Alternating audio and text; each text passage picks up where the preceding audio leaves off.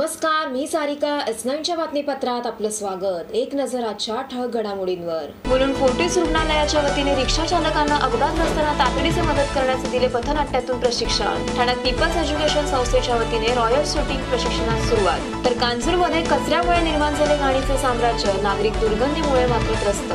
ठाण्यात people education सोसायटीच्या वतीने मुलांना रायफल शूटिंग या खेळाचे प्रशिक्षण देण्याचा अभिनव उपक्रम राबविण्यात येत असून आज मान्यवरांच्या उपस्थितीत याचा आरंभ करण्यात आला.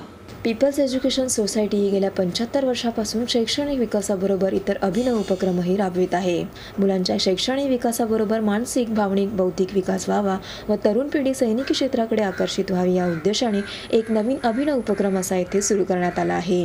ऑलिम्पिक स्पर्धेमध्ये सध्या ज्या खेळाद्वारे भारतीय खेळाडूंनी भारताला ऑलिम्पिक पदके मिळवून दिली आहेत त्यांचे क्रीडा साहित्यासह व तंत्रशुद्ध प्रशिक्षण विद्यार्थ्यांना मिळावे या दृष्टीने रायफल शूटिंग या खेळाचे प्रशिक्षण या सोसायटीच्या वतीने देण्यात येत आहे.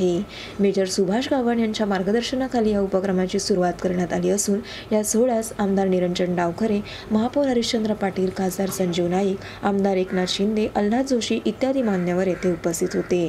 खासदार संजीव नाईक यांच्या वतीने या प्रशिक्षण केंद्रात विदेशी बनावट रायफलही देण्यात आली. तर मान्यवरांच्या हस्ते द्रोणाचार्य स्पोर्ट्स अकॅडमीच्या पुस्तिकेचे प्रकाशनही येथे करण्यात आले. विद्यार्थ्यांच्या अभ्यासाबरोबरच सैनिकी क्षेत्रातील आत्मविश्वास जागृत करणे तितकेच आवश्यक आहे.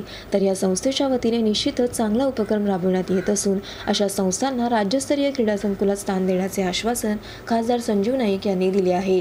मला एक आनंद होतोय की ज्या पद्धतीनं या स्पोर्ट्स अकॅडमीला पाठिंबा देण्यासंदर्भामध्ये आपलं जे खासदार निधीतून जे स्पोर्ट्स कॉम्प्लेक्स बनतंय तिथे सुद्धा अशा प्रकारची रेंज आपण उपलब्ध करून देणार आहोत.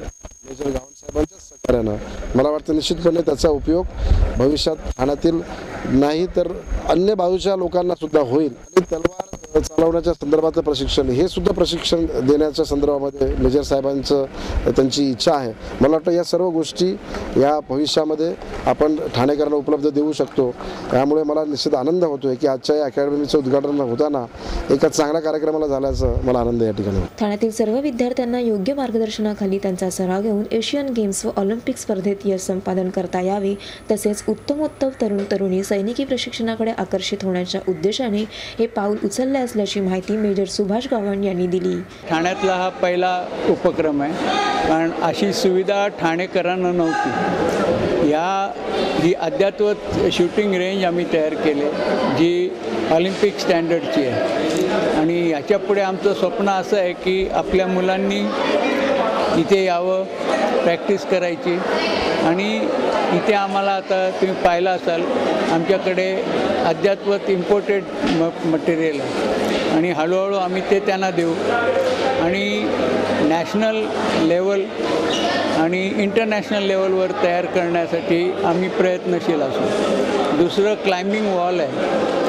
तर हे माउंटेनिअरिंगची बरीच आवड असते मुलांना. शिबिरं घेतली जातात मे महिन्यात वगैरे, त्यात 7-8 दिवस त्यांना मोका मिळतो. पण त्याच्यानंतर वर्षभरात त्यांना काही प्रॅक्टिस मिळत नाही, त्यांना कोण मार्गदर्शन करत नाही. तर अशा वेळेला त्यांना प्रॅक्टिस मिळावी, त्यांना योग्य मार्गदर्शन मिळावं. आपल्या ठाण्यातल्या मुलांनी पण एव्हरेस्ट पादाक्रांत करावं अशी एक मनोधारणा आमच्या मनामध्ये. पालकांना तसा दोष देणार नाही, पण आत्ताची शिक्षण पद्धती अशी आहे ना की भयानक अभ्यास आहे. मुलांना तीन डबे न्यायला लागतात. शाळेतला डबा, क्लासचा डबा, इथला डबा, तिथला डबा. त्या बिचाऱ्यांच्या मनात असूनही त्यांना काही करता येत नाही. त्यामुळे तसा मी दोष देणार नाही, पण मुळातच सुविधा असल्यावर हळूहळू पालक त्याच्याकडे वळतील आणि मुलांना त्याचं प्रशिक्षण मिळेल. आता बघा, एखाद्या मुलाच्या किंवा पालकाच्या मनात असेल की यांना शूटिंग चांगली करावी, पण त्याला जायला लागेल माटुंग्याला, नियरेस्ट रुईया कॉलेजला शूटिंगला. जाण्या येण्यात त्याचा 1.5-2 तास प्रवासात जाईल. त्या धक्काबुक्कीमध्ये त्याचा जीव इतका कासावीस होईल की त्याची शूटिंग काय होणार. पण आता ही सुविधा आमच्याकडे आहे. आता आम्ही आर्चरी म्हणजे धनुर्विद्या ऑलिम्पिक स्टँडर्डची ती तयार करतो आहे.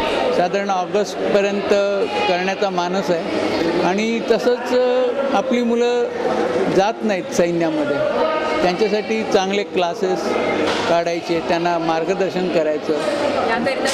पालकांना आणि पाल्यांना काय आव्हान? यात मी असं आवाहन करीन की तुम्ही मुलांना अवसर द्या. प्रत्येक वेळेला तुम्ही त्यांना अभ्यास नको, त्यांना दुसरंही काय करू दे त्यांच्या मनासारखं. आणि सैन्यात पण जाण्याला प्रवृत्त करा, त्यांना जाऊ दे, चांगलं करिअर आहे. पण पालक अजूनही थोडे घाबरतात की सैन्यात गेला का तो मरत कोणी नाही, ही खोटी भावना आहे त्यांच्या मनात.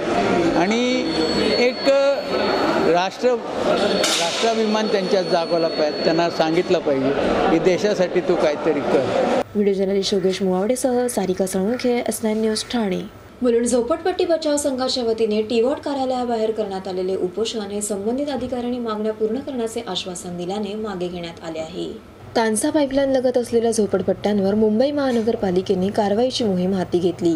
या कारवाई दरम्यान रहिवाशांना घरे दिली, मात्र कोणत्याही प्रकारे मुदत न दिल्याने या कारवाईतील मुदतवाढीकरता रहिवाशांनी टीवॉट कार्यालयाबाहेर बेमुदत उपोषण सुरू केले होते.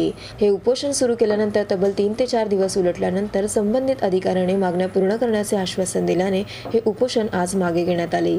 तर झोपडपट्टी पुनर्वसन योजनेअंतर्गत ज्या लोकांना अपात्र केले त्यांच्या पुराव्यांची चाचणी करून दुसऱ्या यादीत त्यांना घरे दिली जाणार आहेत. तसेच त्यांचे गोवंटी व मानखूर येथे स्थलांतर न करता मुलुंडमध्येच त्यांना घरे दिली जातील असे आश्वासन संबंधित अधिकाऱ्यांनी दिल्याचे प्रभाग क्रमांक 99 अध्यक्ष प्रभाकर कांबळे यांनी S9शी बोलतानाच म्हटले. आपण झोपडपट्टी सेवा संघाच्या माध्यमातून मुलुंड किवाळवर जे आंदोलन केलं होतं ते आंदोलन सहाय्यक आयुक्त चंदा जाधव यांनी आपल्याला आश्वासन दिलं की ज्या आतापर्यंत आम्ही ज्या लोकांना अपात्र केलेलं आहे त्यांची तिसऱ्या लिस्टमध्ये आम्ही नाव घेणार होतो, तर दुसऱ्या लिस्टमध्ये त्यांची नावं घेऊन जे शक्य होतील ज्यांचे पुरावे असतील अशा लोकांना पात्र करून त्यांना लवकरात लवकर 1 महिन्याच्या आतमध्ये घरं देण्यात आली.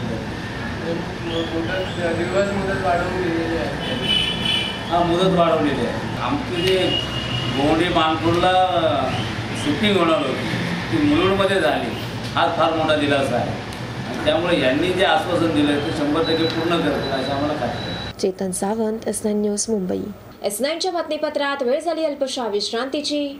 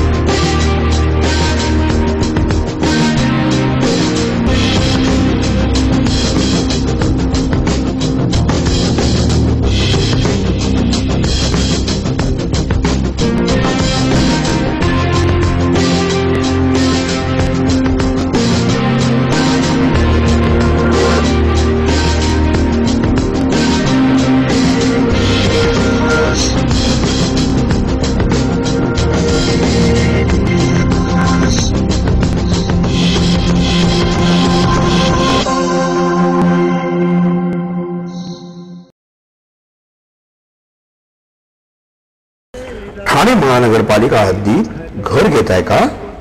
मग ते अनधिकृत तर नाही ना, याची खातर जमा करा.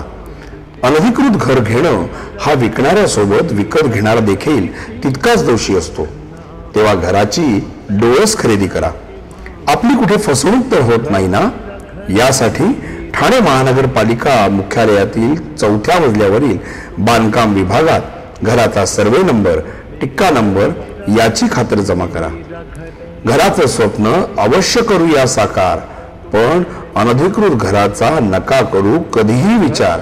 अधिकृत घर म्हणजे उद्याची देखील निश्चिंती. अनधिकृत घराचे दार म्हणजे डोक्यावर कधीही तोडण्याची टांगती तलवार.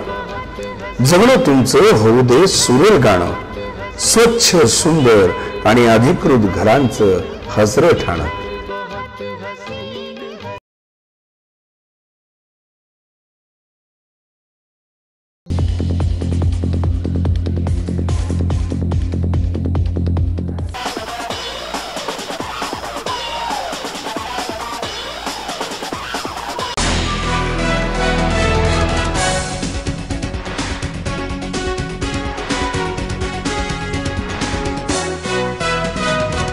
S9च्या बातमीपत्रात आपलं स्वागत. कांजूर म्हाडा वसाहतीजवळील कचऱ्याच्या ढिगाऱ्यामुळे परिसरात घाणीचे साम्राज्य व दुर्गंधी पसरली आहे. यामुळे रोगराई निर्माण होण्याची दाट शक्यता निर्माण होत आहे. कांजूर स्थानकाबाहेर स्टेशन रोड जवळ असलेल्या म्हाडा वसाहतीच्या बाहेर कचऱ्यांचे ढिगे साचले असून या ढिगाऱ्यामुळे सर्वत्र दुर्गंधी पसरली आहे. तर यामुळे रोगांची लागण होण्याची दाट शक्यता वर्तवली जात आहे. दुर्गंधीमुळे या परिसरातून ये-जा करणेही अवघड होत चालले आहे. कांजूर रेल्वे स्थानकाला लागून असलेल्या म्हाडाच्या 12 इमारतींमधील कचरा या ठिकाणी टाकला जातो. तर पालिकेची एकच गाडी दिवसातून एकदाच कचरा उचलण्यासाठी येथे येते. मात्र साचणारा कचरा अधिक प्रमाणात असल्याने कचऱ्याचे ढीग येथे निर्माण होत आहेत. स्थानिक नागरिकांनी वारंवार पालिकेकडे तक्रार करूनही पालिकेने अजून कचरा गाड्यांचे प्रमाण येथे वाढवले नसून 2 पालिका कर्मचारी येथून कचरा साफ करून जातात. मात्र परिस्थिती जैसे थे अशी निर्माण होत असल्याचे मत स्थानिक नागरिकांनी S9शी बोलताना मांडले आहे. दिवसातून 2 वेळा साफ करतात, त्यांची चुकी नाही, पण हे समोरचे जे बाजारपेठेत ते कचरा आणून रस्त्यावर टाकतात. त्या कचऱ्यामुळे काही समस्या आता पावसाळ्यात समस्या होणारच ना. आमच्या बुद्ध विहारासमोर एवढा मोठा कचरा पडतोय आणि स्टेशन रोड असून एवढी बेकारी इथे परिसर जसे पावसाळ्यात इथून दुर्गंधी एवढी वास येतो. आता एवढं सांगून लोक इथून जातात साहेब, लोक त्यांना समजत नाही का. आणि समोरून हे गटर गेलेले, त्या गटाराला तोडच नाही. पावसाळ्यामध्ये इथं एवढं पाणी भरणार आहे की लोकांना चालता पण येणार नाही. या गोष्टीबद्दल वारंवार तक्रार केली होती. त्यांनी फक्त एवढंच कारवाई केली की कचरा भरून देऊन आम्ही त्यांना बोललेलो होतो की इथं कचरा आतमधला कचरा आतमध्ये ठेवा.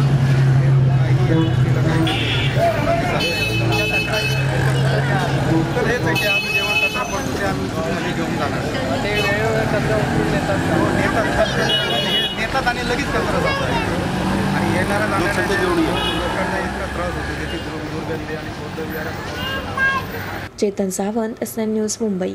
मुलुंड फोर्टिस रुग्णालयाच्या वतीने रिक्षा चालकांना ताणतणाव कमी करणे व अपघातग्रस्तांना तातडीची मदत पुरवणे याचे प्रशिक्षण पथनाट्यातून देण्यात आले.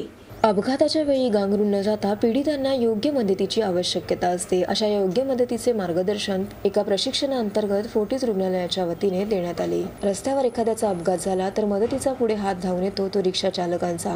अशा परिस्थितीत योग्य मदत पुरवण्याकरता रिक्षा चालकांना अचूक मार्गदर्शनाची आवश्यकता असते. असे मार्गदर्शन फोर्टिस रुग्णालयाच्या वतीने पथनाट्यातून देण्यात आले. रक्तदाब रुग्ण, गरोदर स्त्रिया, अपंग व्यक्ती यांना कशा प्रकारे मदत करावी याचे मार्गदर्शन डॉक्टर्स आणि नर्स यांच्या वतीने करण्यात आले. डॉक्टर मनजित सिंग यांनी या उपक्रमाविषयी अधिक माहिती दिली. की एखाद्या रस्त्यावर जर अपघात झाला, समोरच्या व्यक्तीचा जीव कसा वाचवायचा. कारण आजच्या तारखेला प्रॉब्लेम हेच आहे की पहिल्या 5-10 मिनिटांमध्ये माणूस रस्त्यावर पोहोचत नाही. आणि तुम्ही बघा, रस्त्यावर त्याचा रक्त जात असेल, हे होते, काही होते, कोणी मदत करत नाही. पण हे जे रिक्षेवाले आहेत खरोखर गाडी थांबवतात, साईडला येतात, आपल्या भावंडांना बोलवतात आणि मदत करायची त्यांची एक भावना असते. ही जी भावना मला दिसून आली आहे माझ्या हॉस्पिटलतर्फे की मी जेव्हा ड्युटीवर असतो आणि बघतो हे लोक येत आहेत, तर मला असं वाटलं की हो, मी माझ्या वरिष्ठ अधिकाऱ्यांना सांगून हा असा प्रकरण चांगलाच ह्या लोकांसाठी केलं पाहिजे. म्हणजे हे अजून उत्तेजित होतील आणि त्यांना अजूनही असं वाटेल की हो, खरंच आपण ज्या चुका करत होतो ते आता होणार नाही. कारण एखादा अपघात झाला माणूस, आपला एक सायकोलॉजिकल इफेक्ट असतो, डोकं उचलतो आणि आपण त्याच्याशी बोलायला बघतो. तर हे न करता त्याचे पाय उचला. म्हणजे काय होतं, रक्तपुरवठा त्याच्या मेंदूला मिळतं. रक्तपुरवठा मेंदूला मिळाला की त्याला प्राणवायू मिळतं. त्याला प्राणवायू मिळाला की त्याचे प्राण व्यवस्थित राहतात. हार्ट अटॅकचा पेशंट जेव्हाही रिक्षामध्ये जो बोलला की मला छातीमध्ये दुखतोय किंवा असं वाटतंय किंवा त्या जेवण आल्यानंतर वयस्कर असेल आणि त्याला हार्ट अटॅकचा झाला असेल, तर त्या माणसाने खरोखर हात जेव्हा असे ठेवलेले असतात ते हात त्यांनी कधी काढू नये. कारण मी आत्ताच सिद्ध केलं आहे की आपला जो हृदय आहे तो डाव्या स्तनाच्या खाली आहे. तर हे जेव्हा तो दाबतो तेव्हा त्याला रक्तपुरवठा मिळतो. एक पिचकारीसारखा रक्त पुढे जातो. जेव्हा रक्त पुढे जातो त्याला प्राणवायू मिळतो आणि जेव्हा त्याला प्राणवायू मिळतो तो बोलायचा प्रयत्न करतो. तर रिक्षावाल्यांना मला हेच सांगायचं आहे की त्यांना बसून ठेवू नका, त्याला पटकन झोपून ठेवा. आणि अजूनही